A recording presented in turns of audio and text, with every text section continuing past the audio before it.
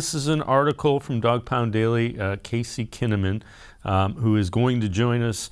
3 players who benefited the most from the Browns re-signing Jadeveon Clowney, as we mentioned earlier in the show, a 1-year, $11 million deal to return to the Browns. Denzel Ward and Greg Newsome, the cornerback duo, first. Then you also have the edge rusher, Alex Wright, the young fella. And then the other edge rusher, his running mate, Myles Garrett, 1, 2, and 3. With that, let's welcome in Casey Kinnamon. And Casey, we kind of ran through that article. Take us through the thought process as far as the guys that benefit from having Clowney back on this team. Well, we'll start with the cornerbacks. And cornerback is the most difficult position to play on defense, period. You know, you're on an island. All the rules are set up against you. So anything that makes your job easier, man, you got to be all for it. And with Clowney coming back, I mean, what are quarterbacks going to have now? 2.7 to 3.2 seconds to get rid of the ball. And that's under duress, you know. So also, it just takes away routes. There are certain long developing pass plays that are going to be completely off the menu. And I think that's hugely beneficial for the cornerbacks. You know, it takes away all the variation you can see from a wide receiver. So to get Clowney back opposite of Garrett just gives the Browns a crazy pass rush coming off the edge, and that could do nothing but help your cornerbacks. The other guy is Alex Wright. So that's a guy from UAB, non-Power 5 guy. How does Clowney benefit him, do you think? Huge. Like, everyone's excited about the high ceiling that the Wright brings with his physicality. But he was a third-round pick for a reason. He needs time to develop, time to hone his skills. And getting Clowney is going to give him just that. Gives him the cushion he needs to get to be the player he needs to be.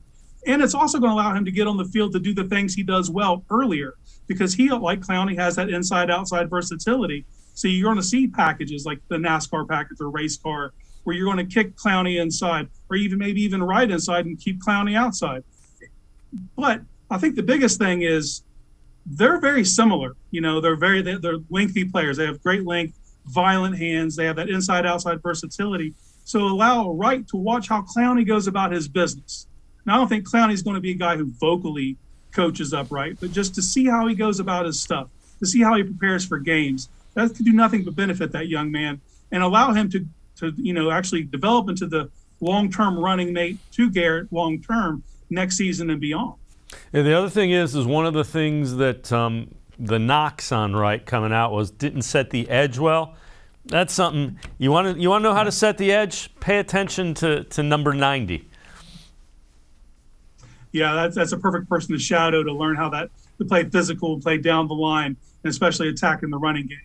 Yeah, the other one is Garrett, and that might be the most obvious of the 3.